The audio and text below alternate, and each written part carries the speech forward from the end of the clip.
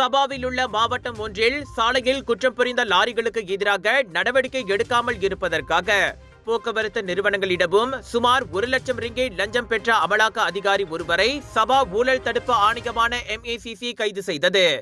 சுமார் 40 வயது மதிக்கத்தக்க அந்த சந்தேக பேர்வழி நேற்றிரவு 8 மணி அளவில் சபா MACC அலுவலகத்திற்கு வாக்குமூலம் அளிப்பதற்கு வந்தபோது கைது செய்யப்பட்டதாக MACCக்கு நெருக்கமான தகவல்கள் கூறின. கடந்த செவ்வாய்க்கிழமை அமலாக்க நிறுவனத்தின் உதவியாளர் ஒருவர் 11,000 ரிங்கேட் லஞ்சம் பெற்ற சந்தேகத்தின் பேரில் கைது செய்யப்பட்டதை தொடர்ந்து அந்த அமலாக்க அதிகாரி கைது செய்யப்பட்டார். கடந்த 2023 ஆண்டு அக்டோபர் மாதத்தில் இருந்து 2024 ஆண்டு நவம்பர் மாதம் வரை சுமார் 30 போக்குவரத்து நிறுவனங்களிடம் அந்த சந்தேக பேர்வழி லஞ்சம் கேட்டதோடு மாதந்தோறும் 300 ரிங்கேட் முதல் 3000 ரிங்கேட் வரை பெற்று வந்ததாகவும் ஒட்டுமொத்தமாக மொத்தம் 1 லட்சம் ரிங்கேட்டை லஞ்சமாக பெற்றதாக விசாரணையில் தெரிய வந்துள்ளது.